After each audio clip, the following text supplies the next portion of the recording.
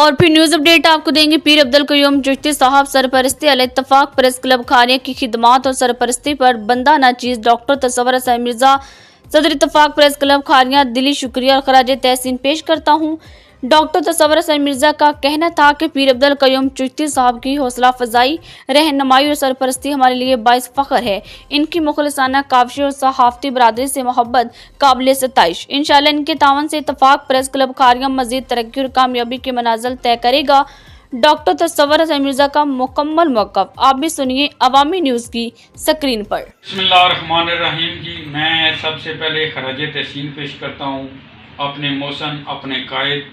پیر عبدالقیوم چشتی گولوی صاحب کو، جو سرپرست اعلیٰ ہیں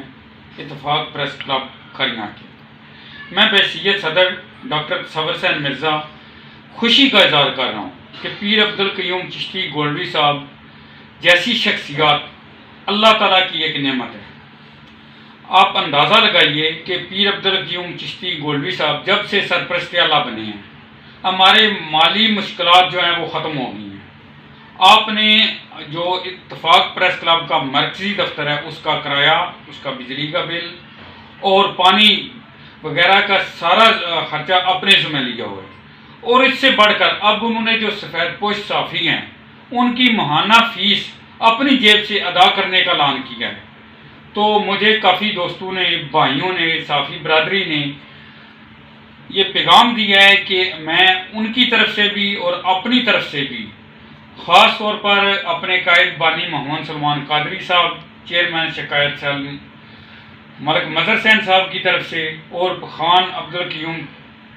جو ہمارے جنرل سیکرٹری ہیں ان کی طرف سے، اور چیف ایڈیٹر عادل شخصیت پیر سید سجاد بخاری صاحب کی طرف سے،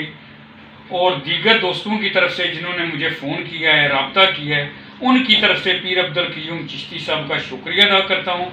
اور دعا ہے کہ اللہ تعالیٰ ان کے یہ صحافی جو مجاہد ہیں، یہ معاشرتی مسائل کو اجاگر کرنے میں اپنا کردار ادا کریں گے،